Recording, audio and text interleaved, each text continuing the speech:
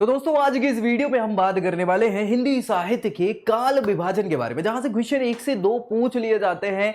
Maximum जो हिंदी भाषा या हिंदी साहित्य के क्वेश्चंस पूछे जाते हैं एग्जाम्स में उनसे, तो इसको पूरा देखना है ताकि आपको काल विभाजन से संबंधित अलग अलग जो विद्वान हैं उन्होंने अलग अलग काल निर्धारण करा हुआ है, किसके अकॉर्डिंग क्या काल निर्धारण है, ये सारी चीजों को हम बेसिक चर्चा करने वाले। बहुत डिटेल में नहीं जाएंगे लेकिन आपके बेसिक सारे क्वेश्चन यहां से कवर हो जाएंगे, तो भाई इसको पूरा देखना है और दोस्तों मैं भी शेयर कर देना है ताकि उनका भी भला हो जाए। और चैनल सब्सक्राइब तो कर ही लेना है ताकि आपकी प्रतियोगी परीक्षाओं की तैयारी यही इसी चैनल पर हो जाए। तो चलिए स्टार्ट करेंगे। टॉपिक क्या है हमारा? वैसे हिंदी भाषा का काल विभाजन है। क्या है भाई? हिंदी भाषा या हिंदी साहित्य आप जो कहें उसका क्या है? काल विभाजन। तो काल विभाजन अलग अलग जो विद्वान रहे हैं हिंदी भाषा के उन्होंने इसका अलग अलग काल विभाजन किया हुआ है। देखो जनरली अगर हम बात करें जैसे इतिहास में हम करते हैं, इतिहास में क्या होता है काल विभाजन? एक तो प्राचीन इतिहास हो जाता है, दूसरा मध्यकालीन हो जाता है और तीसरा क्या हो जाता है? आधुनिक हो जाता है।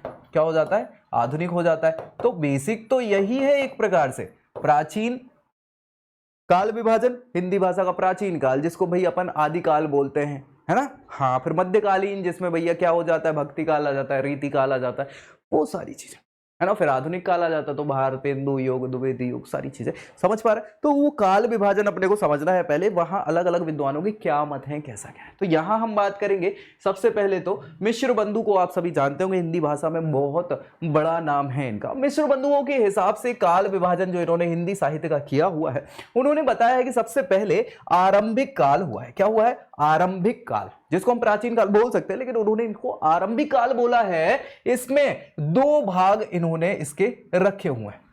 आरंभिक काल को दो भागों में बांटा है, एक तो पूर्व आरंभिक काल और उत्तर आरंभिक काल। पूर्व आरंभिक काल जो माना जाता है 700 से 1343 मान लिया जाता है ईस्वी का। इसके अलावा उत्तरा आरंभिक काल, मतलब उत्तर आरंभिक बोल सकते हैं इसको 1344 से लेके 1444, हाँ, विक्रम संवत तक की बात करें तो इन्होंने इसको रखा हुआ है। फिर आते हैं आरंभिक के बाद माध्यमिक काल या फिर मध्यकाल जिसको हम बोल सकते हैं। तो माध्यमिक काल को भी इन्होंने दो भागों में बांटा है, पूर्व माध्यमिक और प्रौढ़ माध्यमिक। प्रौढ़ मतलब हाँ उत्तर ही होता है बेसिकली, ठीक है। तो 1445 से लेके 1560 विक्रम संवत और 1561 से 1680 विक्रम संवत पे इन्होंने ये माध्यमिक काल को रखा है। यानी बड़े लेवल पे हम 1445 से 1680 तक मध्यम काल की बात करेंगे या मध्यकालीन बात कर सकते हैं। फिर आया तीसरा अलंकृत काल, जहां अलंकारें मतलब अलंकार वगैरह ये रखे रहने लगे तो उसको अलंकृत काल इन्होंने दर्जा दिया हुआ है। पूर्व अलंकृत, उत्तर अलंकृत, ठीक है। दो भागों में सारे कालों को इन्होंने ऐसे ही बांटा हुआ है। 1681 से लेके 1790 तक पूर्व अलंकृत काल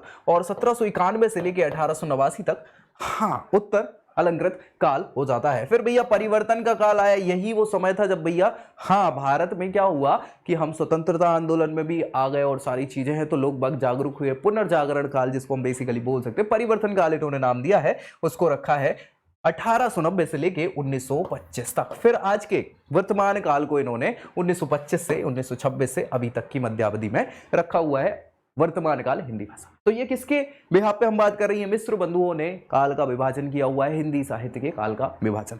ये एकमात्र नहीं है, और भी विद्वान आए। फिर भैया आचार्य रामचंद्र शुक्ल साहब, ये भैया बहुत बड़ा नाम है हिंदी साहित्य में इनका। इन्होंने भी, शुक्ल साहब ने क्या किया? काल का विभाजन किया हिंदी साहित्य का, और इन्होंने बताया बहुत सिंपल सरल शब्दों में कि भैया 4 प्रकार के काल हुए हैं हिंदी भाषा में, हिंदी साहित्य में। सबसे पहले आदिकाल, जिसको वीर गाथा काल इन्होंने कहा, क्योंकि इसमें वीरों की गाथाएं इत्यादि ज्यादा रही हैं। 1000 से लेके 1375 ईस्वी तक ये समय इन्होंने बताया हुआ। फिर पूर्व मध्यकाल, क्योंकि यहां पे मध्यकाल को इन्होंने दो भागों में बांट दिया है, ये है मध्यकाल ही, पूर्व और उत्तर मध्यकाल। तो पूर्व मध्यकाल को भक्ति काल के नाम से जाना जाता है, हाँ, जहां हम भक्ति सगुण निर्गुण भक्ति धारा की बात करेंगे सारी, ठीक है। तो 1376 से 1700 ईस्वी तक का समय जो है वो पूर्व मध्यकाल का मान लिया जाता है, या फिर उसको भक्ति काल के नाम से भी जाना जाता है। भक्ति काल के बाद आया रीति काल। क्या आया भैया? रीति काल नाम आया, जैसे उत्तर मध्यकाल कहा गया 1701 से 1900 ईस्वी तक का समय जो है ये आपका क्या हो जाएगा? उत्तर मध्यकाल या रीति काल इसको कहा जाता है। फाइनली आपका आधुनिक काल, आज के समय में गद्य काव्य जहां चलने लग गए हैं, अलग अलग निबंध, कविताएं, कहानियां, कविताएं नहीं मतलब कहानियां, ऋतुपार्ज और हाँ सारी चीजें, तो उपन्यास वगैरह, ये आपका क्या हो जाएगा? 1901 से अभी तक के सारे समय को आधुनिक काल इन्होंने बांटा। तो बहुत ही सरल शब्दों में हाँ, शुक्ल साहब ने, अगर हम बात करें रामचंद्र शुक्ल जी, ये हिंदी भाषा में बहुत प्रमुख नामों में गिने जाते हैं, याद रखिएगा, ठीक है। सो इन्होंने इसका काल विभाजन इस प्रकार से किया। और भी हैं विद्वान, जैसे आपको बता दें तो डॉक्टर राम कुमार वर्मा साहब, ये भी अच्छा नाम है हिंदी साहित्य में इनका, और बहुत बड़े ये लेखक माने जाते हैं। तो इनके हिसाब से इन्होंने भी काल का विभाजन किया, इन्होंने नया नाम देना तो पड़ेगा ही। संधि काल, शुरुआती काल को इन्होंने बोला 750 से 1020। फिर भैया चारण काल इसको बोला 1000 से 1375। फिर भैया भक्ति काल आया 1375 से 1700, और रीति काल 1700 से 1900, और आधुनिक काल 1900। मतलब कहने की बात है, बस नाम चेंज करें, बाकी समय लगभग वही, सभी के सभी विद्वान वही समय काल निर्धारण कर रहे हैं, बस नाम थोड़ा सा अलग दे दिया। आप देखेंगे तो भक्ति काल, रीति काल, आधुनिक काल, ये सब आपको सेम ही मिलेंगे, लगभग सभी विद्वान इसको मानते हैं। समय भी आप देखेंगे तो सेम समय ही आपको मिल जाने वाला है।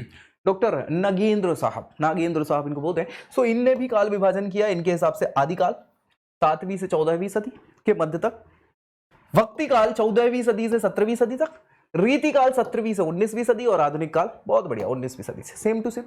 काल इन्होंने बताया पुनर्जागरण काल। आधुनिक काल में भी इधर इन्होंने थोड़ा सा क्या कर दिया, इसको एलैबोरेट कर दिया, आधुनिक काल को भी बांट दिया इन्होंने, जिसमें सबसे पहले पुनर्जागरण काल, शुरुआती समय, भारतेंदु युग इनको कहा जाता है। भारतेंदु हरिश्चंद्र साहब, जिन्होंने हिंदी भाषा के, इनको आधुनिक पितामह कह दिया जाता है। 1857 से 1900 ईस्वी तक का इन्होंने समय बताया। फिर जागरण में ही सुधार काल आया, द्विवेदी काल इनको कहा जाता है, महावीर प्रताप द्विवेदी साहब, 1900 से 1918 इनका काल माना जाता है। फिर छायावाद आया 1918 से 1938, 20 वर्षों तक, और छायावाद में उसके बाद छायावादेतर जिनको कहा जाता है, जिसमें प्रगति प्रयोग काल और नवलेखन काल कहा जाता है। तो प्रगति प्रयोगवाद जो है 1938 से 1953, और नवलेखन में 1953 से अभी तक का समय आ जाता है। ये कितना डॉक्टर नागेंद्र जी ने काल निर्धारण किया है, काल विभाजन किया हिंदी साहित्य का। कोई दिक्कत परेशानी? इसके बाद डॉक्टर बच्चन सिंह साहब, जी हाँ, इन्होंने भी काल विभाजन किया, सेम अपभ्रंश काल, बिल्कुल शुरुआती काल को अपभ्रंश काल कह दिया। उसके बाद भक्ति काल आया, जो कि इन्होंने 1650 से 1857 लिया है। फिर रीति काल आया 1650 से 1857। उसी समय में इनने बोला कि अलग अलग, मतलब विद्वान हैं अलग अलग प्रकार के, और दोनों ही उसी समय में अपने अपने लेखन कार्य कर रहे थे। आधुनिक काल इन्होंने 1857 से अभी तक का बताया, बहुत सरल शब्दों में, सिंपल सी भाषा में डॉक्टर बच्चन सिंह ने यहाँ काल निर्धारण हिंदी साहित्य का किया हुआ है। समझ पा रहे हैं? तो हमने सारी बात कर ली बिल्कुल काल निर्धारण की। अगर हम शुरुआती बात करें तो सबसे पहली शुरुआत कहाँ से होती है? सबसे पहली शुरुआत मिश्र बंधुओं के द्वारा इन्होंने काल विभाजन किया। फिर भैया शुक्ल साहब के द्वारा इन्होंने भी काल का निर्धारण बताया अपने हिसाब से। फिर बात कर ले हम वर्मा जी के द्वारा, नागेंद्र साहब के द्वारा और बच्चन सिंह के द्वारा। तो ये सभी प्रकार से क्या है, काल का निर्धारण हिंदी साहित्य का। और ये पूछा जाता है, कई बार क्वेश्चंस पूछ लिया जाता है कि भारतेंदु युग कब से स्टार्ट हुआ, तो हमें पता होना चाहिए भैया कि भारतेंदु युग जो है 1857 से 1900 ईस्वी तक का।